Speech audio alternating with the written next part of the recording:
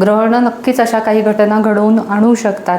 तर अशा वेळेस त्या इंटेन्स इमोशन्स, तेव्हा मला काहीच सुचत कमावले, खूप प्रॉपर्टी असेल आपल्याकडे किंवा आपलं रिलेशनशिप चांगले असतील तर आपल्याला एक सिक्युरिटी, इमोशनल सिक्युरिटी, आपण खूप आनंदी होऊ, आपल्याला इमोशनली सिक्युअर वाटेल. याच्यात किती आपल्याला सगळ्या वेल टू डू लोकांमध्ये डिवोर्सेस दिसले नसते, वेल टू डू लोकांमध्ये कॉन्फ्लिक्ट्स दिसले नसते. फिलिंग असतं की नाही आपल्याला म्हणजे नाही बरोबर वाटत आहे, सतत काहीतरी अँझायटी वाटतेय किंवा होतंय, सगळ्यांना होतंय, कुणी बोलेल कुणी नाही बोलेल. तरी इनफॅक्ट इव्हन जॉय, तुम्हाला अतिशय खूप काहीतरी गोष्टीचा आनंद झालाय, तुम्ही एकट्यात आनंद नाही. मग त्यांनी काय गमावलं आणि आत्ताची जनरेशन काय गमावते. सो त्यांनी स्टेबिलिटी कमावून मला वाटतं त्यांचं डिझायर्स, त्यांच्या इमोशन्स, मागचा जो 20-25 वर्षाचा जो काळ गेला तो सुपर ग्रोथ. कधी मला चिंता वाटते की मी माझ्या मुलासाठी घर बनवून ठेवलं आहे, गाड्या कमावून ठेवल्या आहेत, की प्रॉपर्टी आहे सगळं, तर याच्यासाठी अचिव्हमेंट म्हणजे काय. हा जो मुद्दा आहे ना, हा खूप क्लोजली असोसिएटेड आहे आजच्या जनरेशनच्या एन्झायटी आणि डिप्रेशनचा. नमस्कार, न्यू एरा ॲस्ट्रॉलॉजीमध्ये तुमचं खूप स्वागत आहे. आज आपण एका वेगळ्या विषयावर चर्चा करण्यासाठी इथे जमलो आहोत. आपण सध्या ग्रहणांच्या काळामधनं जात आहोत. 12 ऑगस्ट आणि 29 ऑगस्ट अशी 2 ग्रहणं जवळ आलेली आहेत आणि त्याविषयी आपण वेगवेगळ्या पॉडकास्टमध्ये डिस्कस केलेलंच आहे आणि करणार आहोत. पण हा काळ थोडा भावनिकरित्या अस्थिर असणारा असू शकतो. म्हणून आज मी आपल्या पॉडकास्टवर एक लाईफ कोच स्मिता विखणकर यांना बोलवलेलं आहे. आता तुम्हाला प्रश्न पडेल की मी लाईफ कोचना का बोलवलं आणि ॲस्ट्रॉलॉजीचा आणि लाईफ कोचचा काय संबंध. तर ही ॲस्ट्रॉलॉजी ही मॉडर्न सायकॉलॉजीवर बेस्ड आहे. ज्यांना सायकॉलॉजीबद्दल माहिती आहे त्यांना माहिती असेल की कार्ल युंग यांचे काही प्रिन्सिपल्स आहेत आणि त्याच्यावर बेस्ड ही ॲस्ट्रॉलॉजी आहे. त्यामुळे बऱ्याचदा असं लोकांना जाणवतं की तुम्ही सांगता ते डायरेक्टली कसं आम्हाला फील होत असतं. तर याचं कारण म्हणजे ह्या ॲस्ट्रॉलॉजीमध्ये भविष्यात घडणाऱ्या घटनांचंच भाकीत करता येतं असं नाही, तर आपल्या आतमध्ये काय बदल घडतोय हेही ही ॲस्ट्रॉलॉजी सांगू शकते. म्हणजे आपले इमोशनल पॅटर्न्स किंवा आपले अनकॉन्शियस रिस्पॉन्सेस असतील किंवा आपल्या आयुष्यात येणारी आपली भावनिक आव्हानं, ह्या सगळ्याबद्दल ही ॲस्ट्रॉलॉजी आपल्याला अवेअर करते, त्याच्या जाणीवा करून देते. म्हणून ही ॲस्ट्रॉलॉजी खूप सायकॉलॉजीशी रिलेटेड आहे, मॉडर्न सायकॉलॉजीशी रिलेटेड आहे. म्हणून लाईफ कोच ह्या पॉडकास्टवर बोलवणं अतिशय योग्य आहे असं मला वाटलं. आज आपल्याकडे आल्या आहेत स्मिता विखणकर आणि मला त्यांच्याबद्दल सांगायला आवडेल की त्या ICF सर्टिफाईड लाईफ कोच आहेत. नंतर माइंड मास्टरी सर्टिफिकेशन, ज्याच्यामध्ये त्या लोकांना त्यांचा माइंडसेट चेंज करण्यासाठी मदत करतात. आणि तसंच त्या करिअर काउन्सिलर पण आहेत. त्यांची एक संस्था आहे यान सोल्युशन्स आणि त्या संस्थेमार्फत त्यांनी अनेक विद्यार्थ्यांना आणि मिडलाईफ प्रोफेशनल्स जे असतात त्यांना त्यांच्या करिअरबद्दल खूप गायडन्स दिला आणि खूप लोकांना त्याचा फायदा झालेला आहे. तसंच त्या रोटरी ॲक्शन फॉर पीस ह्या संस्थेच्या बोर्ड मेंबर आहेत आणि त्याच्यामार्फत त्या देशभरात उपक्रम चालवत असतात, त्याच्यात त्या सहभाग घेत असतात. आणि त्यांचं शिक्षण MTech इलेक्ट्रॉनिक्स झालेलं आहे आणि 20पेक्षा जास्त वर्षांचा त्यांना IT इंडस्ट्रीमधला अनुभव आहे. सिनियर प्रोग्राम मॅनेजर किंवा इव्हन डिरेक्टर लेवलला त्यांनी वेगवेगळ्या प्रकारे कार्यभार सांभाळलेला आहे. तर अशा खूप एक्सपिरियन्स असलेल्या स्मिता विखणकर आपल्याला लाभलेल्या आहेत. स्मिता, तुझं खूप स्वागत. Thank you Sangeeta, thank you. So Smita, मला आज अगदी असं वाटलं की you are the right person, तू अतिशय योग्य व्यक्ती आहे या पॉडकास्टवर येण्यासाठी. कारण सध्या ग्रहणांचा काळ आहे आणि 12 ऑगस्टचं जे ग्रहण आहे ते कर्क राशीत होतं आहे आणि कर्क राशीच्या थीमच अशा असतात की तुमची इमोशनल सिक्युरिटी, तुमचं घर, कुटुंब किंवा तुमची आई, अशा सगळ्या जवळचे विषय आहेत. आणि ग्रहणं अशी असतात की जी तुम्हाला सडनली काहीतरी गोष्टी घडवतात. मग त्या कधीतरी खूप पॉझिटिव्ह पण असतात, कधी खूप निगेटिव्ह पण असतात. त्याविषयी मी एक ग्रहणांचं गाईड तयार केलं आहे, मी त्याची लिंक खाली देईन, तुम्ही नक्की बघा. पण जेव्हा आपण अशा धक्कादायक घटनांमधनं जात असतो तेव्हा आपल्या इमोशन्स खूप हललेले असतात, खूप अस्थिर असतात. तर आणि दुसरं जे ग्रहण होणार आहे ते कुंभ राशीत होणार आहे आणि ते डायरेक्टली आपल्या जॉब, करिअर, आपण ज्या कम्युनिटीमध्ये राहतो ती कम्युनिटी, सोसायटीज ते किंवा तुमचे वरिष्ठ, तुमचं पद, ह्या सगळ्याविषयी काहीतरी अचानक बदल घडवून आणू शकतं. तर हे सगळे विषय असे आहेत की ते आपल्या क्लोज टू हार्ट आहेत आणि इथे काही हल्लं तर आपल्या इमोशन्स खूप डिस्टर्ब होणार आहेत. तर अशा वेळेस आपण भावनिकरित्या कसं स्थिर राहायचं किंवा आपल्या इमोशनल सिक्युरिटी आपण कशी मेंटेन करायची, कशी हँडल करायची किंवा कसं हाताळायचे हे सगळी सिच्युएशन, याविषयी तू आम्हाला काय गायडन्स देऊ शकतेस? नक्की. संगीता, हा खूप महत्त्वाचा विषय आहे. जर आपल्याला सायकोलॉजी बेस्ड ॲस्ट्रॉलॉजीमधनं कळतं आहे की काही असं प्रेडिक्ट होणार आहे, तर of course we should be prepared.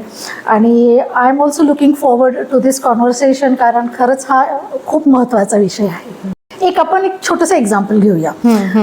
Supposing अगदी नॉर्मल लाईफमधल्या 2 स्त्रिया आहेत आणि सगळं छान चाललेलं आहे, करिअर आहे, घर सेट आहे, व्यवस्थित जॉब चाललेला आहे आणि मेड्स आहेत घरात, सगळं व्यवस्थित चाललेलं आहे. अचानक 2 आठवडे बायांनी सुट्ट्या घेतलेल्या आहेत आणि मुलांना सुट्ट्या लागल्या. Imagine the situation. ओके, त्यात एखादी स्त्री थोड्या वेळ पॅनिक होते, पण त्याच्यावर काहीतरी शोध लावते की आपण मैत्रिणी मिळून काहीतरी मॅनेज करू, मुलांना काहीतरी ॲक्टिव्हिटीज देऊ, आणि समहाऊ शी मॅनेजेस एव्हरीथिंग. ते 2 आठवडे छान सुरळीत निघून जातात. दी अदर लेडी मात्र पॅनिक होते, घर डोक्यावर घेतलं जात आहे, मुलांवर राग निघतोय आणि ते 2 आठवडे अक्षरशः खूप पॅनिक रित्या होत आहेत. सो सेम सिच्युएशन आहे आणि 2 व्यक्ती एक सेम सिच्युएशनमध्ये वेगळं रिस्पॉन्ड करत आहेत. तर मला वाटतं की याच्यात जी फर्स्ट स्त्री होती, शी वॉज इमोशनली सेक्युअर, की जी काही सिच्युएशन आहे, अनसर्टन्टीज लाईफमध्ये असणारच आहे, अचानक काहीतरी घडणारच आहे, कुठलाही दिवस सारखा नसणार आहे, पण त्या सर्टन्टीजमधनं मार्ग शोधणं आणि त्या सिच्युएशनला व्यवस्थित रिस्पॉन्ड करणं, हे इमोशनल सेक्युरिटी आहे. Okay, this is what is emotional intelligence, which is normally called as emotional intelligence. पण ह्याच्यामध्ये आता हे उदाहरण दिलं ते आपल्या एव्हरीडे म्हणजे रोजच्या जगण्यातलं आहे, पण काही वेळेला आपण अशा सिच्युएशनमध्ये असतो की जेव्हा इंटेन्सिटी खूप असते, अचानक काहीतरी माझ्या जवळच्या व्यक्तीला घडलं आहे. ग्रहणं नक्कीच अशा काही घटना घडवून आणू शकतात. तर अशा वेळेस त्या इंटेन्स इमोशन्स, तेव्हा मला काहीच सुचत नाही आहे, तर काय करावं? सो साहजिक आहे म्हणजे, आणि इमोशन्स या हायली इंटेन्स इमोशन्स पण येणारच आयुष्यात, काहीतरी होतं. तर सगळ्यात पहिली स्टेप म्हणजे इमोशन्स ॲक्सेप्ट करणं, एक्नॉलेज करणं की हो मला भीती वाटते, किंवा हो मला एन्झायटी झाली आहे, की मला खूप दुःख झालेलं आहे, हे आधी ॲक्सेप्ट करणं.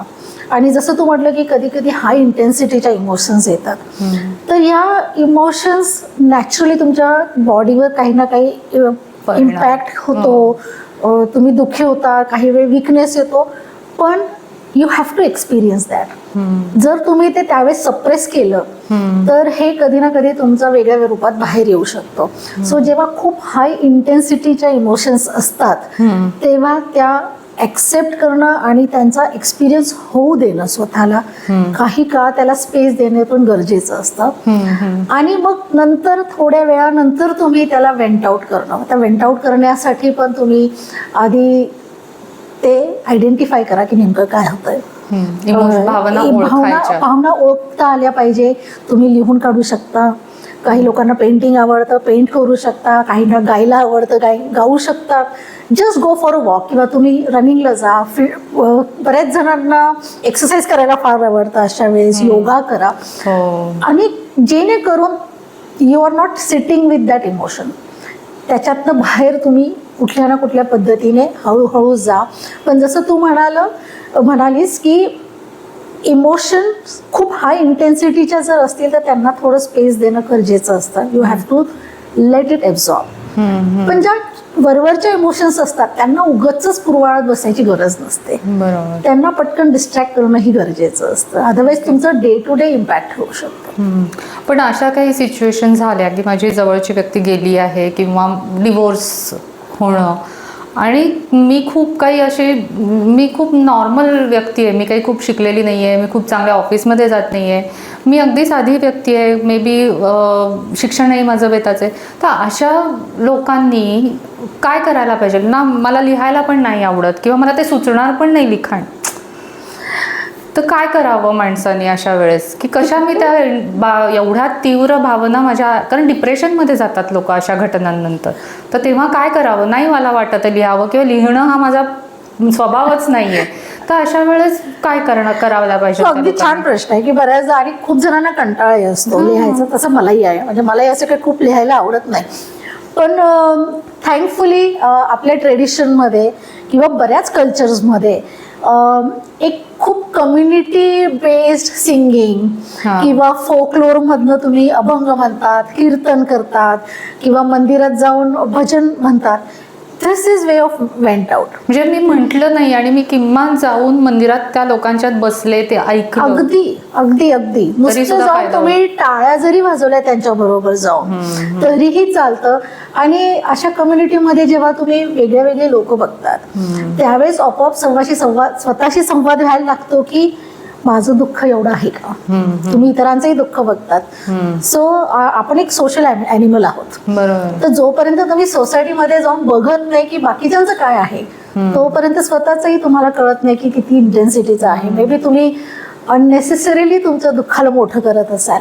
तर म्हणून कम्युनिटीमध्ये जाणं आणि फाइंडिंग युअर ओन वेज, तुमच्या पद्धतीने ते वेंट आउट करा. मी लिहायला सांगितलं म्हणून लिहिलंच पाहिजे असं काही नाहीये. तुम्ही मेडिटेट करू शकता, योगा करू शकता. आणि तू हे पॉइंट आणलं म्हणून मला सांगावंसं वाटतं की आपल्या ट्रेडिशनमध्ये जी मंदिर संस्था आहे किंवा टेम्पल कल्चर आहे, तिथे आपण एकत्र जाऊन जे प्रेयर म्हणतो किंवा अभंग म्हणतो, एक वारीचं असतं. This is one tradition of venting out only, असं मला वाटतं. म्हणजे ते दुःखाचा निचरा कुठेतरी तुम्ही ते दुःखातनं बाहेर येता, लोकांशी काय कधी कधी इनफॅक्ट इव्हन जॉय. तुम्हाला अतिशय खूप काहीतरी गोष्टीचा आनंद झालाय, तुम्ही एकट्यात आनंद नाही बनवू शकत. आणि तो आनंद व्यक्त करण्यासाठी जर तुम्ही सगळ्यांमध्ये गेलात, तुम्ही सगळ्यांबरोबर नाचलात, तर तो आनंदही व्यक्त तुम्ही व्यवस्थित करू शकता. सो आय थिंक ह्या ट्रेडिशन्सचा पण तुम्ही आधार घेऊ शकता. म्हणजे अगदीच म्हणजे ज्यांचा काही संबंध नाही आहे, सायकॉलॉजी म्हणा किंवा लिखाण किंवा मेडिटेशन, अशा लोकांना पण ह्या प्रकारे आपण ह्या भावनांमधनं बाहेर पडण्याचा मार्ग दाखवू शकतो. अगदी. आणि ऍक्च्युली आपण बोलत होतो तेव्हा तू जेनझी बद्दल बोलली होतीस, तर I would like to listen. Sure. तर आपला जेव्हा विषय निघाला होता की पूर्वीची लोक भंग म्हणायची किंवा वारीवर जायची, आजची जेनझी काय करते? त्यांना वेंट आउट करायचं असतं. स्ट्रेंजर्स बरोबर डिस्कोमध्ये जात आहेत, डान्स पार्टीज मध्ये जात आहेत, अगदी अनोळखीची मोठी मोठी गाणी लावतायत आणि त्याच्यावर डान्स करतायत. It's way of vent out only. म्हणजे हे चांगलं आहे वाईट आहे याच्याबद्दल आम्ही काहीच कमेंट करत नाही, पण त्यांची ही पद्धत आहे वेंट आउट, म्हणजे त्या भावना बाहेर निचरा करण्याची ही त्यांची पद्धत आहे. आणि हे सुद्धा अंडरलाईन होतं की तुमची जनरेशन जरी बदलली तरी तुमची नीड ऑफ सोसायटी कायम आहे. हेच आहे, म्हणजे तुम्हाला लोकांच्या बरोबर असणं आणि लोकांशी संवाद साधणं, जो आता कदाचित कमी पण झालाय, पण हे एक मार्ग असू शकतो. नक्कीच. आता मला एक थोडासा वेगळ्या अँगलने तुला एक प्रश्न विचारायचा आहे की हा कॅन्सरचा सीझन आहे असं मी म्हणते, कर्क राशीचा सीझन आहे. कर्क राशीची लोक खूप इमोशनल असतात आणि ओव्हरऑलच ह्या काळात आपल्या इमोशन्स खूप बाहेर येत असतात. हे ग्रहण पण कर्क राशीत होणार आहे, तर इमोशन्स खूप जाणवणार आहेत. तर काही वेळेला खूप तुमची सेन्सिटिव्हिटी तुम्हाला मदत पण करते, काही वेळेला सेन्सिटिव्हिटी हा तुमचा विकनेस पण असतो. तर how do you explain that? Emotional असणं म्हणजे इमोशन्स दाखवणं, इमोशन्स बाहेर येणं, हे काय असतं? म्हणजे ह्याला आपण कसं बघायचं? So basically, let me take you a little back 30-40 years ago. मध्ये 30-40 years ago इमोशनल इंटेलिजन्स हे कॉइन झालं. आणि इमोशनल इंटेलिजन्स म्हणजे काय की तुम्हाला इमोशन्स समजणं आणि तुमच्या इमोशन्स तुम्हाला मॅनेज करता येणं, कंट्रोल करता येणं. ओके. म्हणजे आपण इमोशनल असलो म्हणजे इमोशनल असणं आणि इमोशन्स समजून घेणं या दोन वेगळ्या गोष्टी आहेत. ह्या दोन वेगळ्या गोष्टी आहेत. फॉर एक्झाम्पल, मी इमोशनल आहे, छोट्या छोट्या गोष्टीवर रडते किंवा हसते, म्हणून मी इमोशनल इंटेलिजंट आहे का? नाही. ओके, मी इमोशन्स माझ्या मॅनेज कशा करते. फॉर एक्झाम्पल, मी जर ऑफिस गोईंग लेडी आहे आणि माझा बॉस काहीतरी छोट्याशा गोष्टीवरून मला काहीतरी झालं आणि बोलला समजा, त्यावर मी इमोशनल आहे म्हणून मी पटकन रडून देणं, I am not being emotionally intelligent there. Okay, मला ते इमोशन्स समजून घेता आले पाहिजे की where it is coming from, where is the boss coming from, what I my feeling at this time, how do I respond now, is a crying good response here. हे जेव्हा आपण करतो त्याला इमोशनली इंटेलिजंट म्हणतात. So over sensitive असणं कधी कधी weakness होऊ शकतो. So you should protect your self from Bing over sensitive. पण म्हणजे असं पण असू शकतं ना की मी सेन्सिटिव्ह आहे, मी इमोशनल आहे, पण मला माझ्या इमोशन्स कळतात आणि I protect myself there. Absolutely. So then I am managing my emotions well. Absolutely. So you can be sensitive and at the same time emotionally intelligent. बरोबर. तुम्ही सेन्सिटिव्ह आहात म्हणजे आणि मला तर वाटतं सेन्सिटिव्ह असलं पाहिजे. हो, बरोबर. तुम्हाला तुमच्या इमोशन्स कळल्याही पाहिजे, तुम्हाला दुसऱ्यांच्याही इमोशन्स कळल्या पाहिजे. जर समजल्याच नाही तर यू आर नॉट सेन्सिटिव्ह. पण being sensitive, whether you are making it your weakness or you are making it your strength, that is more important. बरोबर. म्हणजे आपल्या भावना आपण समजून घेतल्या पाहिजेत आणि त्यात ती आपली ताकद असली पाहिजे. ॲब्सोल्युटली. आता मला एक म्हणजे खूप कॉमन प्रश्न आहे हा. म्हणजे आपण सगळेच जण वयाच्या ऑलमोस्ट 40पर्यंत आपणही अनुभव घेतलाय की आपल्याला वाटत असतं की खूप पैसे कमवले, खूप प्रॉपर्टी असेल आपल्याकडे, किंवा आपलं रिलेशनशिप चांगले असतील तर आपल्याला एक सिक्युरिटी, इमोशनल सिक्युरिटी, आपण खूप आनंदी होऊ, आपल्याला इमोशनली सिक्युअर वाटेल. याच्यात किती तथ्य आहे? थोडं आहे. ओके. पण पूर्ण नाही. ओके. फॉर एक्झाम्पल, मी छोटं एक्झाम्पल परत घेते. I love to talk about examples. Okay, समजा एखादा खूप छान मार्क मिळालेला मुलगा आहे आणि आता त्यांच्या व्यवस्थित आहे, सगळं वेल टू डू आहे, आणि परिस्थिती अशी आहे की त्या मुलाला नवीन शहरात नवीन कॉलेजमध्ये जायचंय. ओके, तो कॉलेजमध्ये गेला, परिस्थिती अशी झाली की त्याच्याशी आठवड्याभर कोणीही बोललेलं नाही. सो नवीन मित्र झालेले नाहीत, कोणी त्याच्याशी बोलायला तयार नाही, टीचर्सशी पण एवढं काही पटकन जमत नाहीये. एखादा मुलगा आठवड्याभराच्या या एक्सपिरियन्सने इमिजिएटली एन्झायटीमध्ये जाऊ शकतो, इव्हन अप टू डिप्रेशन जाऊ शकतो. ओके, एवढं सगळं व्यवस्थित असताना सुद्धा he is not emotionally secure. Okay, तेच दुसरा मुलगा कॉलेजमध्ये जर ठीक आहे नाही बोलत आहे का, इट्स ओके, तोपर्यंत मी कॉलेज फिरून घेतो, लायब्ररी बघतो, स्वतः जाऊन दुसऱ्या 2 टीचर्सची ओळख करतो, मला काही दुसऱ्या ग्रुप्स, कम्युनिटी ग्रुप्स मिळत आहेत का हे शोधतोय, because he is confident about himself. Okay, आणि तो इमोशनली सेक्युअर असल्यामुळे ह्या अननेसेसरी सुपरफिशियल गोष्टींवर रिलाय होत नाहीये. Okay, he is giving himself time की ठीक आहे, हे होईल सगळं, आता महत्वाचं काय, हा बदल आहे आणि हा बदल मला सहन करायचा आहे आणि याच्यातनं मार्ग शोधायचा आहे. सो एकाच प्रसंगात 2 व्यक्ती सगळं व्यवस्थित असताना सुद्धा इमोशनली सेक्युअर किंवा इनसेक्युअर असू शकतात. म्हणजे त्यांनी थोडक्यात बाहेरच्या गोष्टींवर तो अवलंबून नाही राहिला, आपल्याला आतमध्ये काय वाटतं ह्याच्यासाठी. एक्झॅक्टली. अशी वाट नाही बघत राहिला की कोणीतरी माझ्याशी चांगलं बोलेल मग मला चांगलं वाटेल आणि मग मी चांगलं फील करेल, असं नाही तो वाट बघत राहिला. He created his on situation because he is confident within himself, असं मला वाटतं. पण तू हा मुद्दा पण चांगला मांडलायस. मुळात जर माझ्याकडे घर नसेल, खायला नसेल, काय नसेल, तर naturally I am going to be disturb. बरोबर. ओके, आपल्याला असुरक्षित वाटणारच आहे. असुरक्षित वाटणारच आहे. तुम्ही एखाद्याला जेवायला त्याला म्हणू नाही शकत की बाबा तू आनंदी राहा. सो बेसिक नीड्स तर आवश्यक आहेतच, पण इज इट एव्हरीथिंग? नो. नाहीतर आपल्याला सगळ्या वेल टू डू लोकांमध्ये डिवोर्सेस दिसले नसते, वेल टू डू लोकांमध्ये कॉन्फ्लिक्ट दिसले नसते. बरोबर. हे सगळं असताना सुद्धा इश्यूज येतातच. म्हणजे ह्या सगळ्यामध्येच इमोशनल सिक्युरिटी आहे असं नाही. इमोशनल सिक्युरिटी मे बी हा पाया आहे या सगळ्याचा, की आपण बेसिक आपल्या नेसेसिटीज भागल्या पाहिजेत, त्याच्यावरती जाऊन मग आपल्याला आपली इमोशन्स मॅनेज करायचे. It's a support. बेसिकली एक फाउंडेशन, एक सपोर्ट आहे, एक आधार आहे. पण त्या आधाराच्या वर तुम्ही इमोशनल सेक्युअर असलंच पाहिजे. पण म्हणजे हा मुद्दा अगदीच योग्य आहे, कारण बऱ्याचदा असं असतं की ज्यांच्याकडे खूप असं अडचणीत ते आयुष्य जगतात, पण ते खूप हॅपी असतात, कॉन्फिडंट असतात, त्यांना असं कधी वाटत नाही माझ्याकडे हे नाहीये ते नाहीये, they are very happy in what they have. म्हणजे त्यांच्याकडे जे आहे त्याच्यात त्यांचा आनंद असतो आणि कॉन्फिडंट पण असतात. ॲब्सोल्युटली. असे आपल्याला शेकडो काय लाखो एक्झाम्पल्स मिळतील की लोकांनी त्यांच्या अतिशय बिकट परिस्थितीतून मार्ग काढून अगदी व्यवस्थित लाईफ सेट केलेलं आहे. सो असे कितीतरी एक्झाम्पल्स आहेत. सो ते काही ह्या सगळ्या बेसिक नीड्सवर अवलंबून नाही राहिले. पण मग आता माझा पुढचा असा प्रश्न येतो की सध्या आपण खरंच इमोशनली सिक्युअर आहोत का? कारण आपणच आत्ता 2 कॉन्ट्राडिक्शन्स डिस्कस केले, सगळं केलं, पण मग हे वारंवार ही अशी इमोशनल सिक्युरिटीची गरज किंवा चर्चा किंवा आपल्यालाच सतत फिलिंग असतं की नाही आपल्याला म्हणजे नाही बरोबर वाटत आहे, सतत काहीतरी अँझायटी वाटतेय किंवा होतंय, सगळ्यांना होतंय, कुणी बोलेल कुणी नाही बोलेल, पण प्रत्येकजण त्याच्यातनं जातोय. सध्याची स्थिती आहे ना खूप सोशल मीडियावर अवलंबून झालेली आहे. सो मला वाटतं that has added a lot की आपण एक्सटर्नल व्हॅलिडेशन खूप शोधायला लागलोय. कुणीतरी कुठे फिरून आलो म्हणून मलाही फिरायचंय, कुणीतरी कुठेतरी काहीतरी स्टॅम्प घेऊन आलं मलाही तो स्टॅम्प पाहिजे.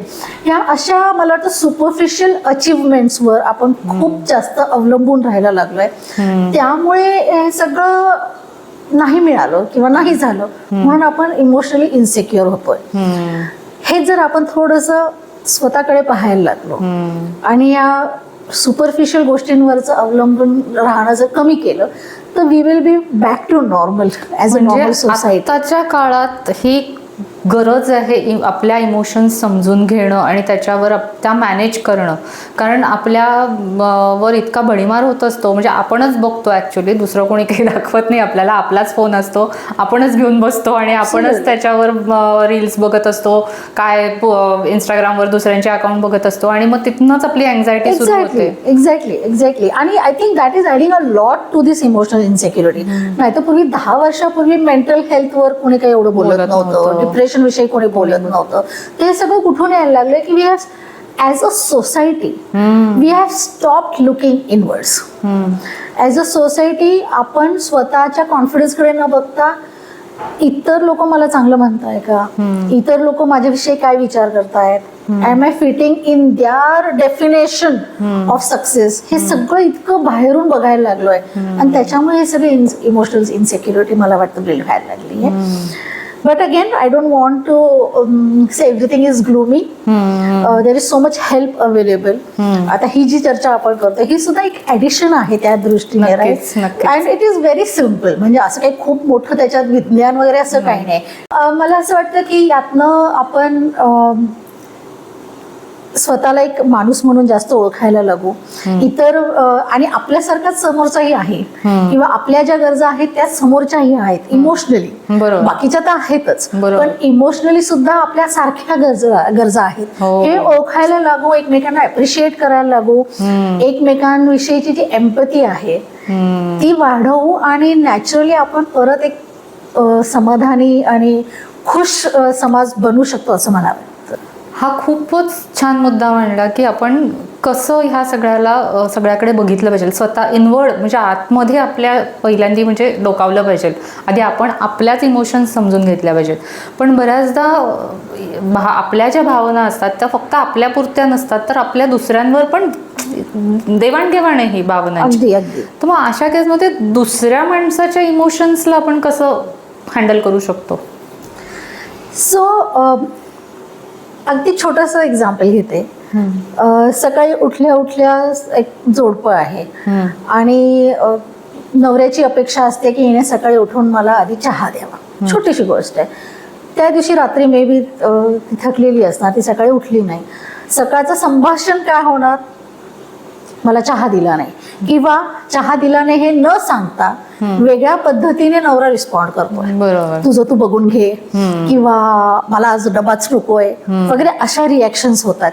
सो इथे काय लॅकिंग आहे की ती कुठल्या इमोशन्स मध्ये जाते. इज शी टायर्ड, ती थकलेली आहे का, रात्री उशिरा झोपली आहे तर त्याचा रिपरकशन आहे का. जेव्हा आपण समोरच्या माणसाचा इमोशनचा विचार करतो तेव्हाच आपण ते एम्पथाइज करू शकतो. बरोबर. ॲट द सेम टाइम बायको पण जर विचार करेल की आज त्याला कॉलेजला डबा मिळतो की नाही मिळतो, आणि युजली जर ही माझी जबाबदारी आहे तर मी त्याची सोय करू शकते, कारण नॅचरली त्याला कदाचित त्याचा राग आलेला असणार, तर त्याला रागाचे 2 शब्द बोलू देत आणि ते एक्सेप्ट करायचं की ठीक आहे, किंवा म्हणणं की तुला साहजिक थोडा राग आला असेल कारण मला जास्त झोप लागली, मला थोडी थकलेली होते, पण मी कसंही करून आपण आज डब्याचं काहीतरी मॅनेज करूया. दिस इज कॉन्व्हर्सेशन. आपण जर एकमेकांचे इमोशन्स समजून घेऊन त्याच्या अराउंड मॅनेज केलं एकमेकांशी, तर हे संवाद होऊ शकतात, नाही तर मग भांडणच आहे.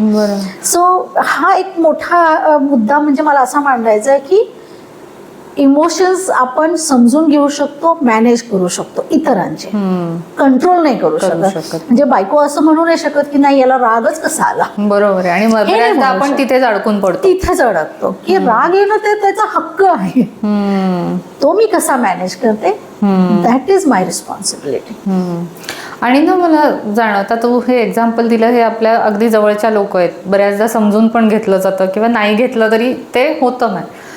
पण ना एक असं उदाहरण होतं की सपोज मी, म्हणजे झालंय ॲक्च्युली, हे माझ्या बाबतीत नाही पण की दुकानात गेलंय, काहीतरी मागितलं नाही आहे आणि ठीक आहे नाही आहे, तर असं झालं की ओके एवढं मोठं दुकान आहे, नाही आहे का जनरल, पण तो दुकानदार खूप विचित्रपणे रिॲक्ट झाला, काहीतरी अद्वातद्वच बोलला, आणि मग त्याच्याने माझा मूड जाणं किंवा मला असं फ्रस्ट्रेटेड की हा कुणी येतं मला असं बोलू शकतं का, किंवा रस्त्याने सुद्धा काही वेळेला असं होतं की काहीतरी कोणतरी बोलतं असं, आणि मग अशा एवढ्या थर्ड पर्सनच्या इमोशन्स मला डायरेक्टली जेव्हा अफेक्ट करायला लागतात, त्यांनी काहीतरी बोललंय आणि मला अचानक मला वाईट वाटतंय किंवा राग आलाय की माझ्याशी असं कोणी कसं वागू शकतं, त्यावेळेस त्या माणसाचा रोल नक्कीच आहे माझ्या भावनांना हे करण्या, प्रतिक्रिया हे करण्याचा. ऍब्सोल्युटली. तर मग काय असं, आणि हे तर तू एक इन्सिडेंट सांगितलाय दिवसातला, हे असे दिवसभरात खूप होऊ शकतात. सो कॅन आय, म्हणजे एक आपण असं बनवू शकतो का की दिवसात आपण एक रोलिंग स्टोन आहे आणि कोणी त्याला धक्का मारेल आणि तो दगड गडगडत जाणं, असं बनू शकतो. किंवा वी कॅन, आपण एक पर्वत असू शकतो की I am going to be steady. म्हणायला सोपं आहे, सोपं नसतं, पण हे प्रॅक्टिसने होतं. प्रॅक्टिस केलीच पाहिजे, विथ प्रॅक्टिस हे होतं. तर आपण हा जर विचार केला की समोरचा माणूस त्याच्या कॉन्टेक्स्ट मधनं बोलतोय. आता तू जे शॉपकीपरचं मला एक्झाम्पल सांगितलं, आपण तिथे उभं राहताना त्याला फ्रस्ट्रेशन आलंय की नेमकं ही वस्तू जी मागते ती माझ्याकडे नाहीये, किंवा त्याला काहीतरी वेगळ्या मूडमध्ये होता, वेगळ्या मूडमध्ये असेल, सकाळी बायकोशी भांडून आला असेल, तिथे काही सांगता येत नाही. Correct, you never know.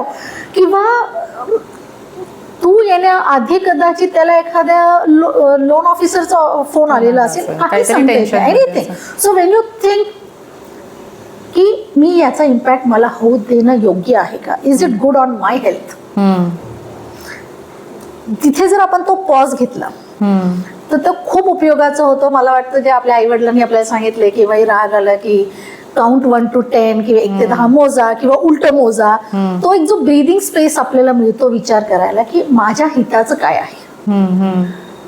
त्याच्याशी तुम्ही भांडण करून काहीच अचीव करणार नाही. Okay, so I think being able to manage your emotions around this situations also is very important.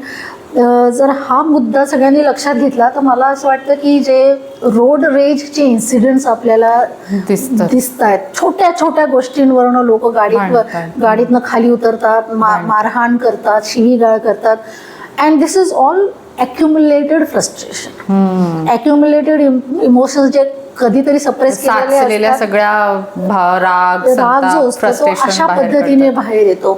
त्यामुळे मला असं वाटतं की प्रत्येकाने विचार केला की याच्यात माझ्या हिताचं काय आहे, एवढा जरी विचार केला तरी मला वाटतं अर्धी भांडणं आपले कमी होतील आणि मला वाटतं ट्रॅफिक पोलीसचे काम बऱ्यापैकी सोपं.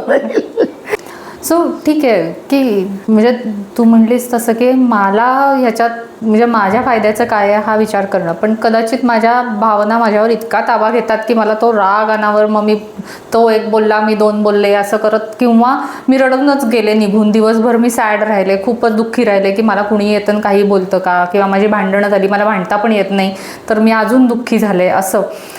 तर अशा वेळेस आपण काय अशा 2 गोष्टी करू शकतो? मला कळतंय की माझ्या फायद्याचं नाही आहे, पण मला तो भावना ज्या अनावर झाल्या आहेत त्या दूर पण लोटता येत नाही आहेत. तर अशा 2 गोष्टी आपण काय करू शकतो की ज्याच्यातनं मी पटकन त्याच्यातनं बाहेर पडेल? तर इथे मला एक असं वाटतं ना की जेव्हा ओव्हर रिॲक्शन होऊन जातं, ओके, जर तुम्हाला ऑपॉर्च्युनिटी असेल, जर तुम्हाला चान्स मिळाला सॉरी म्हणण्याचा, तर नक्की सॉरी म्हणा. पण कधी जसं तू म्हणालीस की स्ट्रेंजर आहे रस्त्यात आणि त्याच्याशी परत आता आपण दुकानदाराशी जाऊन काय लागेल सॉरी म्हणणार नाही, बट यू कॅन स्टील, आपण तरीही त्यातनं बाहेर पडू शकतो की ठीक आहे माझ्याकडनं झालं, मला आता याच्यातनं ओव्हर मी तर म्हणते की माझ्याकडनं नाही झालं, त्यांनीच सॉरी म्हणलं पाहिजे ना. मग आता काय करायचं? मग अशा वेळेस एक तो तर काही सॉरी म्हणणार नाहीये, मला त्याच्यातनं एक्सेप्ट बाहेर केलं पडायचं. पाहिजे, एकतर एक्सेप्ट केलं पाहिजे की माय इमोशन्स इज माय रिस्पॉन्सिबिलिटी. दुसऱ्यांच्या इमोशन्सवर मी कंट्रोल नाही करू शकत. ओके, ते त्यांच्या इमोशन्स आहेत ते आपण नाही कंट्रोल करू शकत. आपण तर तिथे तर म्हणजे हे मी समजले, पण आता मी काय करू की ज्याच्यातनं माझा मूड बदलेल? Distract your self, go for a walk, okay, किंवा तुम्ही अगदीच म्हणू शकता ठीक आहे तू नाही तर मला 100 दुकानदार आहेत असं म्हणून तुम्ही त्यातनं बाहेर पडू शकता. बेसिकली तुमच्या मनाला तिथून डिस्ट्रॅक्ट करणं खूप महत्वाचं आहे आणि त्या विचारातनं बाहेर काढणं खूप महत्वाचं आहे. तुम्ही जर तो मला असा का म्हणू शकतो, त्याची काय हैसियत आहे की तो मला असं बोलला, या विचारांमध्ये जर तुम्ही अडकलात तर मग तिथेच तुम्ही राहणार. So distracting your self is the best option. आणि डिस्ट्रॅक्शनचे तर भरपूर आपण पद्धती बघितल्या आहेत. तिथून चालतं होणं तर सगळ्यात छान आहे, तिथून निघूनच आहे. आणि अगदीच तुम्हाला खूप आनंद मिळत असेल, अरे छोड तुला कुठे मी एवढं महत्व देते असंही म्हणू शकता. एनिथिंग दॅट जे काही तुम्हाला त्या गोष्टीपासनं लांब नेईल ते तुम्ही करू शकता. आणि मला वाटतं की ही पूर्वी जी पद्धत होती किंवा आपल्याला सांगायचे की लिहून काढा तुमचा दिवस कसा गेला, कदाचित आपल्या ट्रेडिशनमध्ये एवढं डायरी किंवा जर्नलचं नाहीये. कारण एक छान मुद्दा मला असं मांडायचा वाटतोय की आपली कम्युनिटी बेस्ड संस्था होती. तर मला आठवतं की लहानपणी ॲज अ फॅमिली आम्ही सगळ्या बहिणी, भाऊ, आजी, आजोबा, आई वडील, काका, आत्या, जेवढा आमचा परिवार होता कमीत कमी 1 तास आमचा एकत्र असायचा. जेवताना तरी, जेवताना असायचो, बोलताना कोणीतरी गाणं म्हणून दाखवायचं, कोणीतरी डान्स करून दाखवायचं, अगदी हमखास शाळेत काय झालं हे डिस्कस केलं जायचं. त्याच्यामुळे काय व्हायचं की इमोशन्स तिथे सगळ्या बाहेर पडायच्या. कुणाचा राग आलेला असेल किंवा कुणाशी भांडण झालं, आणि एक शाश्वती असायची की घरी गेल्यानंतर मला माझा परिवार आहे, असं बाहेर एक्सटर्नल डिपेंडन्सी खूप कमी होती. तर त्यामुळे मे बी आपल्याकडे जर्नलिझम वगैरेची एवढी गरज नव्हती. पण आता जर आपला थोडा न्यूक्लिअर समाज झाला आहे तर लिहून काढायला काहीच हरकत नाही. 4-5 आपले मित्र परिवार असा वाढवून ठेवा की ज्यांच्याशी डिस्कस करू. हा एक आपला छोटा परिवार आपण बनवायला पाहिजे असं मला वाटतं. हो, ही खूप महत्त्वाचा मुद्दा आहे. कारण आपल्याला असं वाटतं की जाऊ देत या मैत्रिणीशी कशाला बोला, ती समजून घेईल की नाही माहिती नाही. पण काही जण असतात आपल्या आयुष्यात असे की ज्यांच्याशी आपण खरंच खूप मनमोकळेपणाने जे काही आहे ते कुठेही आडपडदा न ठेवता बोलू शकतात. आपल्या चुका असतील त्या पण, किंवा जे काही वाटतंय ते मनमोकळेपणाने बोलू शकतो. सो आत्ता तू जे काही म्हटलीस की आपण सगळं म्हणजे पूर्वीच्या काळी इवन म्हणजे माझ्या लहानपणी पण आठवतंय की बहिणी, भावंड, आजी, आजोबा सगळे एकत्र बसायचे, जेवण तर अगदी हमखास रात्रीचं एकत्र असायचं आणि बोलून सगळा निचरा व्हायचा भावनांचा की असं झालं तसं झालं. तर मला एक असा प्रश्न पडतो की मग त्या काळातल्या जनरेशनला कधी म्हणजे त्यांची डेफिनेशन काय होती इमोशनल सिक्युरिटीची, आणि आजच्या आपल्या जनरेशनची किंवा आपल्या पुढच्या जनरेशनची इमोशनल सिक्युरिटीची व्याख्या किंवा त्यांना जे फील होतंय की आपल्याला इमोशनली कशात सिक्युअर वाटतंय, ह्याच्यामध्ये काय 2 जनरेशनमध्ये फरक पडला आहे? हाच फरक मेनली मला लक्षात घ्यायचा आहे. सो पूर्वी कसं होतं ना की पूर्वीचा समाज हा जास्त स्टेबल होता. आपण पाहिलं ते आपल्या वडिलांचा कल करिअर, एक करिअर म्हणजे जॉब हॉपिंग नव्हतं, एक करिअर मिळालं, तिकडे सेट झाले, घर बनवलं. ॲम्बिशन्स पण तशा लिमिटेड होत्या आणि घराला टिकवून ठेवणं हे असा एक समाज होता. पण याच्यात मला वाटतं की थोडंसं मला नाही वाटत माझ्या आईने कधी मला काय वाटतंय किंवा मला काय हवं आहे याचा जास्त विचार केला असेल, कारण तिची प्रायोरिटी होती माझं घर टिकवणं. त्यावेळेच्या ज्या प्रायोरिटीज होत्या त्याच वेगळ्या होत्या. पण मग त्यांना त्याची किंमत स्वतःच्या इमोशन्स दाबून द्यावी लागली. हा, मला तोच प्रश्न होता की मग त्यांनी काय गमावलं आणि आत्ताची जनरेशन काय गमावते. सो त्यांनी स्टेबिलिटी कमावून मला वाटतं त्यांचं डिझायर्स, त्यांच्या इमोशन्स गमावल्या. कोणीतरी सॅक्रिफाईस केलं. सॅक्रिफाईस हे असतंच. आताची जनरेशन आहे, यांना फ्रीडम आहे, यांना भरपूर ॲम्बिशन्स बाळगू शकतात, डिपेंडन्स, खूप ऑप्शन्स आहेत. मला तर ऑप्शन्स इतके आहेत की त्याच्यामुळे त्यांचं कन्फ्युजन खूप जास्त झालेलं आहे. आणि but this freedom and this option हे एका त्याची किंमत त्यांना स्वतःच्या मेंटल हेल्थने किंवा इमोशनल डिपेंडन्सीने पण द्यावी लागते. कारण चॉईसेस खूप असल्यामुळे नेमकं काय चूज करू, इथं खूप गोंधळ होतोय. सो फ्रस्ट्रेशन आणि अँझायटी पण आहे सध्याची. अँगर आहे, एन्झायटी आहे. आणि मला वाटतं एक असंही मला वाटतं की मागचा जो 20-25 वर्षाचा जो काळ गेला तो सुपर ग्रोथचा होता. तर आपली जी पिढी आहे, we have seen very very very lower middle class days, पण ऑपॉर्च्युनिटीज म्हणा किंवा शिक्षण म्हणा या सगळ्यांमुळे वी हॅव सीन सम एक ग्रोथ पाहिली आपण. आणि ह्या ग्रोथमुळे आता मुलांना वाटतं ही आम्ही कशी मॅच करायची.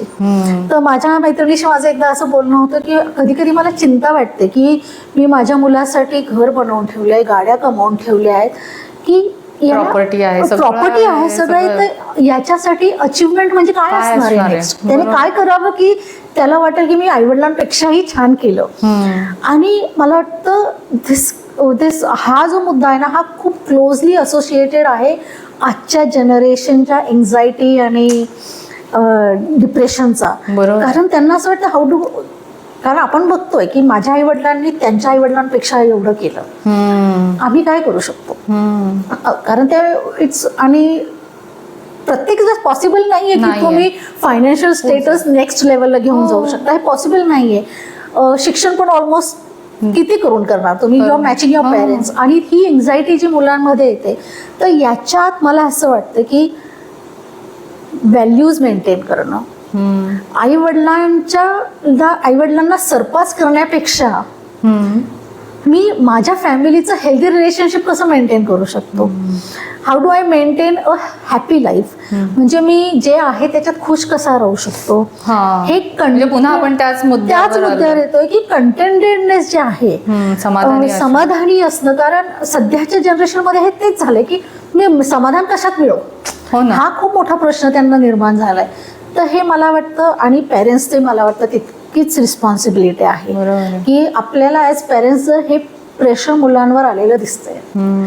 तर आणखी एक मला इथं, सॉरी म्हणजे मी डिस्टर्ब करते, पण मला असं वाटतं की आजकाल मुलांना तुम्ही सोशल मीडियावर काय टाकताय, म्हणजे मी आज हॉटेलमध्ये गेले, मी फोटो टाकला, मी मैत्रिणींबरोबर हसतीये, खेळतीये, मी ट्रिपला गेले, सगळ्याचे फोटो टाकले आणि माझ्या इमोशन एक्सप्रेस केल्या असं त्यांना वाटतं.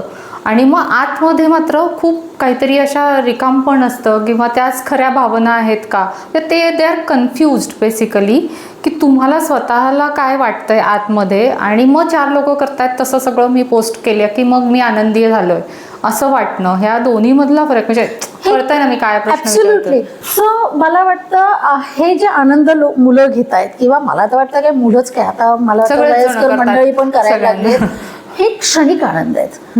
आणि हे आयडेंटिफाय करता आलं पाहिजे की एकदा समजा 5 स्टार हॉटेलमध्ये गेले आणि मी फोटो पोस्ट केला, त्या फोटोला मी 5 दिवस फॉलो करणार, कोणी कोणी लाईक केलं, किती लाईक्स आले, 5 दिवसानंतर काय, हो बरोबर, ते रद्दी पेपर मध्येच जाणार आहे. पुन्हा तुम्ही रिक्रिएट करायला बघणार, रिक्रिएट करणार. आणि मग तुम्हाला ही नंतर भीती राहणार की मी जर अजून 8 दिवसानंतर परत 5 स्टारचा फोटो टाकला नाही तर लोक काय म्हणतील, अरे हिची ऐपत एकदाच जायची होती. ही भीती येणार. As a community, as a समाज आपण हे एक्सेप्ट केलं पाहिजे आणि स्वतःपासून सुरुवात करू शकता की मला हे फोटो टाकायचेच नाही आहेत, किंवा टाकले तरी मी त्याच्यात तरी फार त्यात गुंतून मी नाही फार पडणार. अडकणार नाही, किंवा कुणाचे लाईक्स आले किंवा नाही आले तर मला फरक पडत नाही. ह्या ज्या छोट्या थोडे बदल जर घडवले तर ऑटोमॅटिकली मला वाटतं याचे तुमच्या फॅमिलीवर पण रिपरकशन्स होतील. कारण मुलं हे आपल्याकडनंच शिकत असतात. बरोबर. जर त्यांना दिसलं की माझे आई वडील तर याच्यावर डिपेंडेंटच नाही आहेत, तर मुलंही राहणार नाहीत असं मला वाटतं. आणि हे एकमेकांचे हात धरूनच आपण करू शकतो, पुढे जाऊ बरोबर शकतो. आहे. म्हणजे आत्ताच्या ह्या सोशल मीडियाचा जो काही भडीमार आपल्यावर होतो, म्हणजे आता आहे ते ऍक्सेप्ट करायला पाहिजे परिस्थिती, की मी हातात फोन घेतलाय त्याच्याने माझं जे डोपामाइन मला मिळत राहतं सगळं, किंवा त्याच्यात येणारे रील काय दिसणार आहेत हे माझ्या हातात नसतं. काहीतरी बघते आणि त्याच्याने माझी मेंटल स्टेट बदलते, म्हणजे माझ्या भावना बदलतात. मी ज्या स्टेटला होते त्याच्यापेक्षा मी काहीतरी जेव्हा फोन हातातनं बाजूला ठेवते तेव्हा मी काहीतरी वेगळ्याच मूडमध्ये जाते. किंवा लोकांनी टाकलेल्या पोस्ट बघितल्यावर, म्हणजे हे जे सोशल मीडियाचा जे काही आपल्या भावनांवर कंट्रोल करणं चाललं आहे, हे पण कुठेतरी कारण असू शकतं ना आपल्या इमोशनली इन्सिक्युअर व्हायला. हो, जे तू म्हणाली की डोपामाइन हिट्स जे होत आहेत, म्हणजे क्षणाक्षणाला अति आनंदाचे रील्स येतात. कधी कधी सडनली तुम्हाला ज्या वाईट बातम्या होत्या त्याच खूप येत राहतात. किती वाईट बातम्यांचे रील्स येतात. सो तुमचं जे ब्रेन आहे किंवा तुमचं जे इमोशनल स्टेट आहे ती एक्स्ट्रीम लेवल्सला सेकंडमध्ये एक्स्ट्रीम लेवल्सला जात असते. आणि हा फॅक्ट आहे, इट्स अ प्रूव्हन थिंग की ह्या ज्या हिट्स तुमच्या ब्रेनला किंवा तुमच्या मनाला होत आहेत याचा इम्पॅक्ट तुमच्या ब्लड प्रेशरवर होतोय, तुमच्या हार्टवर होतो आहे. किती यंगस्टर्स आपल्याला दिसत आहे की अगदी कमी वयात BP पेशंट झाले आहेत, हार्ट पेशंट झाले. आणि मला वाटतं इट्स हाय टाइम की आपले हे जे कॉन्व्हर्सेशन आहे असे कॉन्व्हर्सेशन ठिकठिकाणी हो, आणि लोकांना हे समजलं पाहिजे की जो मोबाईल फोन आहे it is an instrument and it has to be used as an instrument and not as a life saving. ते आपलं लाईफ नाही आहे. It is just an instrument, एक डिव्हाइस आहे, ते डिव्हाइस म्हणून वापरायचं सोडून. म्हणजे प्रत्यक्ष आपण एकमेकांना भेटणं, बोलणं हे खरं आयुष्य आहे. Absolutely, absolutely. म्हणजे नुसतं सोशल मीडियावर एकमेकांना लाईक करणं आणि पोस्ट बघणं हे लाईफ नाही आहे. तो एक फक्त माध्यम आहे, पण ते तेवढ्यापुरतंच असलं पाहिजे. प्रत्यक्ष लोकांशी बोलणं, संवाद साधणं, मन मोकळं आपल्यासारख्या इतर लोकांना भेटणं हे खूप गरजेचं, अतिशय गरजेचं आहे.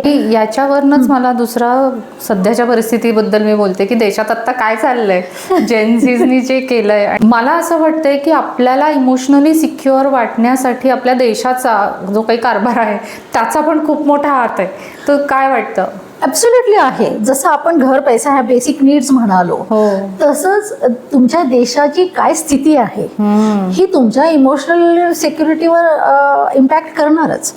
फॉर एक्झाम्पल, मी स्वतः खूप खुश आहे, कॉन्फिडेंट आहे, पण चुकून कोणी मला हर्ट केलं, समजा मी रस्त्याने गेले आणि काहीतरी माझ्याबरोबर काहीतरी वाईट झालं, तर मला हा विश्वास आहे का की मला न्याय मिळेल? जर हा विश्वास असेल तर naturally I am going to be emotionally secure. ठीक आहे, मी जाईल बिंदास, कारण काही जरी चुकीचं झालं तरी मला न्याय मिळणार आहे. पण तिथेच जर शंका आली तर I am going to be emotionally insecure. तर मला असं वाटतं की देशाची जी परिस्थिती आहे त्याच्यावर सर्वसामान्य लोकांचं इमोशनल सिक्युरिटी अवलंबून असणारच आहे. तुम्ही स्वतः खूप छान कॉन्फिडेंट आहात, पण दिवसातनं केव्हाही बॉम्ब पडू शकतो. बरोबर आहे. सध्या तर युद्धाची परिस्थिती बाहेर आहे. How will you be secure, right? तर मला वाटतं की इकॉनॉमिक्स, देशाचं इकॉनॉमिक्स चांगलं असणं, इन्फ्रास्ट्रक्चर चांगलं असणं, न्याय पद्धती सुदृढ असणं हे अतिशय इम्पॉर्टंट आहे तुमच्या स्वतःच्या इमोशनल सिक्युरिटीसाठी. आणि आपल्याला त्याच्यामुळे काय इम्पॅक्ट होतोय, त्या परिस्थितीत आपण काय करू शकतोय. जसं तू म्हणली की तुम्ही तुमच्या भावना ओळखा, त्यांना मॅनेज करा, आणि दुसऱ्यांच्या म्हणजे आता देशातल्या परिस्थितीला पण मॅनेजच करावंच लागणार आहे. जी काही आजूबाजूला परिस्थिती आहे त्याप्रमाणे तुम्हाला तुमचा डे टू डे ॲक्टिव्हिटीज, तुमची भावनिक डिपेंडन्सी सगळी ती मॅनेज करावी लागेल. म्हणजे हा खरंच खूप बॅलन्स्ड पॉईंट ऑफ व्ह्यू आहे. कदाचित तू कोच आहेस, काउन्सिलर आहे, मुलांबरोबर काम करते, त्यामुळे तुझ्यात तो आला असेल, किंवा तू एक स्त्री आहेस म्हणून तू जास्त समजूतदार आहेस का? म्हणजे माझा हा प्रश्न आहे की स्त्रियांच्या इमोशन्स, पुरुषांच्या इमोशन्स किंवा त्या व्यक्त करण्याच्या पद्धती, हे सगळं म्हणजे आपण कशा पद्धतीनं, म्हणजे पुरुषांनी आता सपोज ठरवलं की माझ्या इमोशन्स मला मॅनेज करायच्या आहेत किंवा रिॲक्ट करायच्या आहेत किंवा नाही करायच्या आहेत, सो ह्या इमोशन्स आणि जेंडर याचा काय संबंध आहे? सो बेसिकली इमोशन्स ह्या जेंडर न्यूट्रल आहेत, एज न्यूट्रल पण आहेत. ओके. जसं लहान मुलांना इमोशन्स आहे तसं मोठ्यांनाही आहे, तसंच जेंडर न्यूट्रल आहेत. पुरुषांनाही रडू येतं, पुरुषांनाही राग येतो, पुरुषांनाही आनंद होतो, तसंच स्त्रियांनाही सगळ्या भावना आहेत. तर हा आपला जो पूर्वी होतं की पुरुषांनी रडलं नाही पाहिजे, आपला अनुभव पण आहे आणि आपण पाहिले की समाजात साधारण 50 उलटल्यानंतर पुरुषांची हेल्थ बिघडते. कारण त्यांनी आयुष्यभर ज्या भावना दाबून ठेवलेल्या असतात त्याच्यात त्यांचं कर्तव्य चालू असतं म्हणून ते निभावतात. पण एकदा रिटायर झाले, ते झाले की त्या सगळ्या भावना त्या सप्रेस झालेल्या पण बाहेर येतात, त्यांच्या शरीरावर परिणाम होतो. सो मला वाटतं हा अतिशय गैरसमज आहे की पुरुषांना भावना नसतात. मला एक छोटासा अनुभव सांगायचा. मी इमोशनल इंटेलिजन्स ह्या विषयावर भरपूर ठिकाणी जाऊन बोलते आणि आमचा रोटरी क्लब, असा मल्टिपल रोटरी क्लबचा ग्रुप होता. हे सेशन झाल्यानंतर साधारण 10 मिनिटं आणि 80% पुरुष होते आणि 10 मिनिटं अक्षरशः स्तब्धता होती. आणि कितीतरी पुरुषांनी मला नंतर येऊन सांगितलं की तुम्ही आम्हाला आमच्या बालपणात घेऊन गेलात, त्या काळातलं आम्हाला सगळं आठवलं. ह्या भावना होत्या म्हणूनच ना. तर आपण पुरुषांना उगाचच त्यांच्या भावना दाबायला सांगतो. आणि मला एक विनंती आहे स्त्री वर्गाला की हा गैरसमज काढून टाका की फक्त आपल्याला सगळ्या भावना असतात आणि पुरुषांना नसतात. आपला जसं मेनोपॉज असतो तसा पुरुषांचाही असतो. त्यांचंही शरीर थकतं, त्यांच्यामध्ये पण हार्मोनल बॅलन्सेस चेंज होतात. सो आपण जसं एकमेकींना समजून घेतो आणि हे अतिशय एक छान आपल्याला देणगी मिळाली, देवाने देणगी दिली आहे की आपण स्त्रिया एकमेकींच्या खूप छान मैत्रिणी होऊ शकतो. अनफॉर्च्युनेटली ते पुरुषांना तेवढं नाही अवेलेबल की ते पटकन इतके एकमेकांबरोबर नाही होत, जनरली नाही. ते भेटतात पण ते खूप वरवरच्या गोष्टी पर्सनल बोलत नाही. छान बोलतील, म्हणजे फायनान्सचं बोलतील, करिअर बोलतील, पिक्चर कसा वाटला वगैरे बोलतील, पण इतकं स्वतःच्या भावनांविषयी मोकळं नाही करत. तर जर तुमचे असतील मित्र, पुरुष वर्ग हा जर तुम्ही फॉर्च्युनेट असाल आणि तुमचा जर मित्र परिवारमध्ये पुरुष असतील तर प्लीज त्यांना समजून घ्या आणि एक त्यांना स्पेस द्या की जिथे ते त्यांच्या भावना सांगू शकतील, बोलू शकतील. स्टार्ट विथ युअर फॅमिली असं मला वाटेल की तुमच्या स्वतःच्या फॅमिली पासून सुरुवात करा. तुमच्या घरात जर पुरुष मंडळी असतील, मुलं, नवरा, सासरे, वडील, तर प्लीज यांच्याशी जरा वेळ घालवा आणि त्यांच्या भावना समजून घ्या असं मी सांगेन. हा खूप सुंदर मुद्दा मांडलाय, म्हणजे मला खरंच खूप आवडलाय हा मुद्दा, कारण या विषयावर आपण नाही विचार करत तसा. म्हणजे त्यांनी समजून घेतलं पाहिजे हा आपला ॲटिट्यूड असतो. किंवा इव्हन पुरुषांना पण असं वाटतं की मी ह्याच्यात व्यक्त नाही झालं पाहिजे, माझ्या मनात काय आहे हे मी सांगितलं नाही पाहिजे. आयदर ते फक्त राग दाखवतील किंवा गप्प बसतील, ह्या दोनच साधारणतः त्यांच्या असतात. पण जितकं मनमोकळं त्यांना बोलावंसं वाटत असेल तेवढं त्यांना कधी लहानपणापासून तसं ट्रेनिंगच नसतं मिळालं की तू व्यक्त हो. इनफॅक्ट व्यक्त होणाऱ्या मुलाला असं दाबलं जातं की नाही, हे रिव्हर्स ट्रेनिंग असतं. रिव्हर्स ट्रेनिंग असतं. आणि आता खूप स्टडीज बाहेर यायला लागल्या आहेत. तर ज्या घरात मुलांना वडिलांचा इमोशनल आधार मिळालेला आहे किंवा ज्या घरात मुलांनी वडिलांना व्यक्त होताना पाहिलेलं आहे त्या घरातली मुलं जास्त कॉन्फिडेंट होतात. तर कारण आई ही इमोशनली व्यक्त होतच असते आणि this is a very common thing. पण तुम्हाला जर तुमच्या फ्युचर जनरेशनला, कारण इट्स व्हेरी, हे नॉर्मल आहे, बरोबर, भीती वाटणं. वडिलांना जर त्यांना कळते की वडिलांनी भीती वाटू शकते तर मलाही वाटू शकते, बरोबर.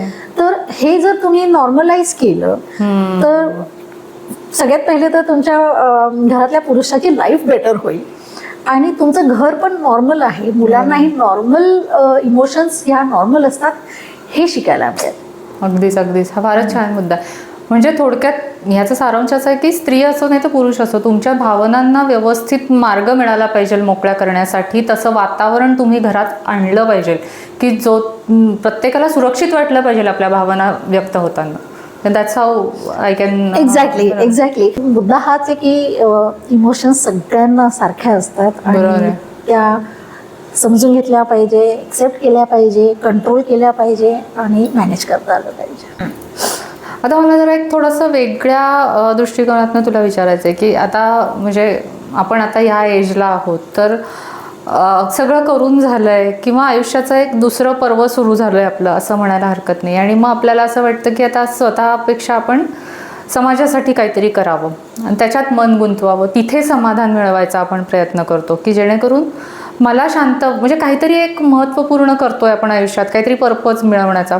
तर तिथे मला इमोशनली सिक्युअर फील होऊ शकतं का, काय वाटू शकतं? माझ्यासाठी तर अगदी मुद्देसूद प्रश्न आहे, कारण मी स्वतः रोटरीमध्ये खूप काम करते. पण खूप मजेची गोष्ट आहे माहिती आहे का, म्हणजे रोटरी आता इतके प्रोजेक्ट्स करतो आम्ही आणि खूप वेगळ्या वेगळ्या प्रकारची लोक येतात. तर समाजाचं आपण देणं लागतो, बरोबर, हे तर अगदी खरं आहे. आणि हे आपल्याला अगदी लहानपणापासून शिकवलं गेलेलं आहे की दुसऱ्यासाठी झिजावं, दुसऱ्यासाठी काहीतरी तुम्हाला करता आलंच पाहिजे. त्याच्यासाठी मला नाही वाटत की आपण 40 आणि 50 पर्यंत वाट बघितली पाहिजे, असं बिलकुल गरजेचं नाही. आणि समाधान हे मिळतंच. ही जी भावना असते की जे माझ्याकडे आहे आणि दुसऱ्याकडे नाहीये ते मी थोड्याफार प्रमाणात देऊ शकलो किंवा देऊ शकले, याचं जे समाधान असतं हे खूप मोठं असतं आणि ते एक गुड फील फॅक्टर असतं एक, आणि ते फार महत्वाचं आहे. आणि हे इमोशन कमवण्यासाठी समाजसेवा केली पाहिजे असं मला वाटतं. पण काही लोक म्हणजे आता जे माझे अनुभव आहे त्याच्यावरनं सांगते की हे इमोशन सॅटिस्फाय करण्याऐवजी स्वतःचा इगो सॅटिस्फाय करायला लोक समाजसेवा करायला निघतात. किंवा मी केलं, मला माझा फोटो पाहिजे, मी एवढी एवढी देणगी दिली किंवा मी एवढं एवढं काम केलं, याचे माझे मोठ्या मोठ्या पेपरमध्ये फोटो आले पाहिजे. कधी कधी ते एनजीओच्या दृष्टीने आवश्यकही असतं, कारण रोटरी काम करतंय तर रोटरीचं नाव झालं पाहिजे. पण आपण याच्यात रोटरीचं नाव करतोय का स्वतःच करतोय, आणि याच्याने मी माझ्या नेमकं कुठल्या इमोशनला सॅटिस्फॅक्शन देतोय, का माझा इगो मोठा करतोय, का जे मला समाधानी व्हायचंय ते मिळवतोय. तर ह्या म्हणजे सोशल सर्व्हिस ही चांगली असते, पण याच्यामुळे जर तुमचा इगो मोठा होणार असेल तर मला वाटतं वेळीच सांभाळलेलं बेटर आहे. आपल्याला याच्यातनं आनंद मिळवायचा आहे. देवाने आपल्याला जे दिलंय ते काही प्रमाणात आपल्याला परतफेड करता यावी, की जेणेकरून जाताना खूप मोठं ऋण आपण देवाचं घेऊन जात नाही, एवढं तरी समाधान आपल्याला पाहिजे की तू आम्हाला एवढं दिलंस, त्यातलं आम्ही थोडं तरी परत करू शकलो. ह्या भावनेने जर आपण केलं तर खूप समाधान मिळतं. आणि रोटरीचं मी एक नाव घेते, पण अशा खूप संस्था आपल्या आहेत की जिथे खरोखर अतिशय सुंदर काम होतंय. मी स्वतः माझ्या डोळ्याने अशी लोक पाहिली आहेत की करोडोंनी पैसे दिलेले आहेत, शरीराने झिजले आहेत, पण त्यांचं कुठेही नाव नाहीये. असेही मी भरपूर लोक पाहिले आहेत. आणि त्यांचं जे समाधान असेल ते पाहून मला स्वतःला इतका हेवा वाटतो की काय जगत असतील ते, काय किती खुश असतील, कारण त्यांना पडलेलीच नाहीये. त्यांना मी केलं आणि संपलं. हेतू खूप महत्त्वाचा. हेतू म्हणजे तुम्ही कुठल्या कॉजने गेले आणि कुठल्या इंटेन्शनने गेलं, हे खूप महत्वाचं. सो आपण बरेच मुद्दे डिस्कस केले की आपण बेसिकली इमोशनल सिक्युरिटी म्हणजे काय, ती कुठून मिळू शकते, त्याच्यात कशा कशाचा सहभाग असू शकतो, आणि आपण खूपच वेगवेगळ्या विषयांना हात घातला ह्याच्यामध्ये. पण सगळ्याचा जर का आपण सारांश बघितला तर एक्झॅक्टली आपण कुठल्या मुद्द्यांकडे लक्ष दिलं पाहिजे की जेणेकरून आपल्याला ही इमोशनल सिक्युरिटी मिळेल. आणि आत्ताच्या काळात की जेव्हा सगळं बाहेरचं जग अस्थिर झालेलं आहे, कदाचित आपल्या आयुष्यात पण काहीतरी मोठे बदल घडू शकतात, तर अशा वेळात आपण असे एक्झॅक्टली काय गोष्टी केल्या पाहिजेत की ज्याच्यानी आपल्याला ही भावनिक सुरक्षितता मिळवता येईल? लाईफ ही अनसर्टन आहे. जगात आणि आयुष्यात अनिश्चितता ही कायम असणार आहे. बरोबर. हे एक्सेप्ट केलंच पाहिजे. ओके. आणि अशा परिस्थितींमध्ये, आणि ही परिस्थिती आजची आहे का नाही, तर ही कायमच असणार आहे. पूर्वी पण होती, आताही आहे. पण मग अशा परिस्थितीत स्वतःच्या भावना समजून घेणं, त्या एक्सेप्ट करणं, खूप तीव्र भावना झाल्या की स्वतःला डिस्ट्रॅक्ट करणं. आपण जे जे काही मुद्दे बघितले की यू कॅन ऑलवेज तुम्ही डिस्ट्रॅक्ट करू शकता, त्याच्यावर मात करून पुढे जाणं हे खूप महत्त्वाचं आहे. स्वतःच्या भावनांबरोबरच हे एक्सेप्ट करणं की समोरच्यालाही भावना आहेत, मग तो पुरुष असो, स्त्री असो, लहान असो, मोठा असो, इतरांनाही भावना आहेत. आणि त्या भावना समजून घेणं आणि मग त्या मॅनेज करणं की त्याच्या अराउंड मला जगता आलं पाहिजे. स्वतःला अफेक्ट न होता त्या मला व्यवस्थित प्रोडक्टिव्ह आणि कन्स्ट्रक्टिव्ह लाईफ जगता आली आहे. स्वतःला इम्पॅक्ट न होऊ देता जगता आलं पाहिजे. मला वाटतं ह्याच्या खूप महत्त्वाचे पिलर्स इमोशनल इंटेलिजन्सचे आहे. याच्याबरोबर सगळ्यात महत्त्वाचं म्हणजे एम्पॅथी असणं. त्या जागी स्वतःला ठेवून तुम्हाला त्यांच्या भावना समजून घेता आल्या पाहिजे.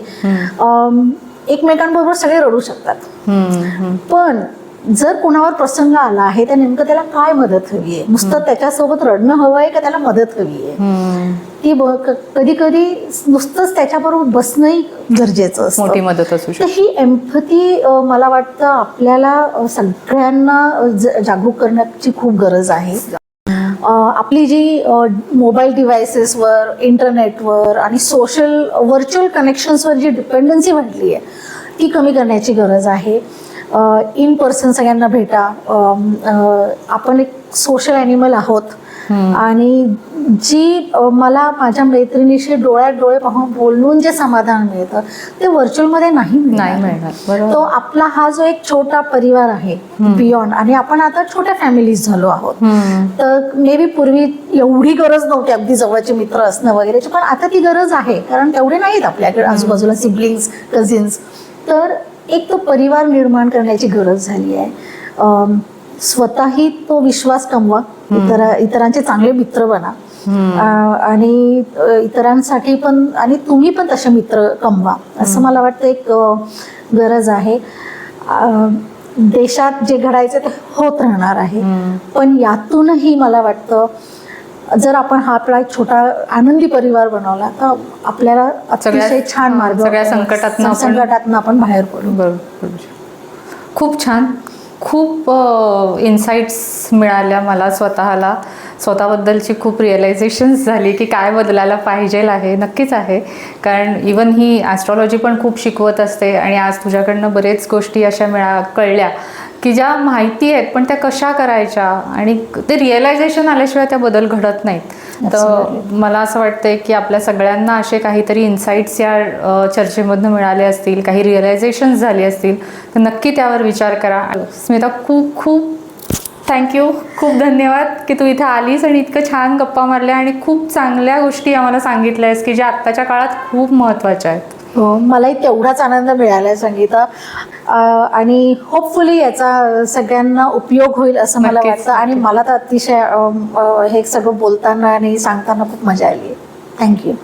सो आपण आत्ता ग्रहणांच्या काळातनं जाणार आहोत. काहींच्या आयुष्यात खरंच काही मोठे बदल घडणार आहेत, देशात काहीतरी बदल घडणार आहेत.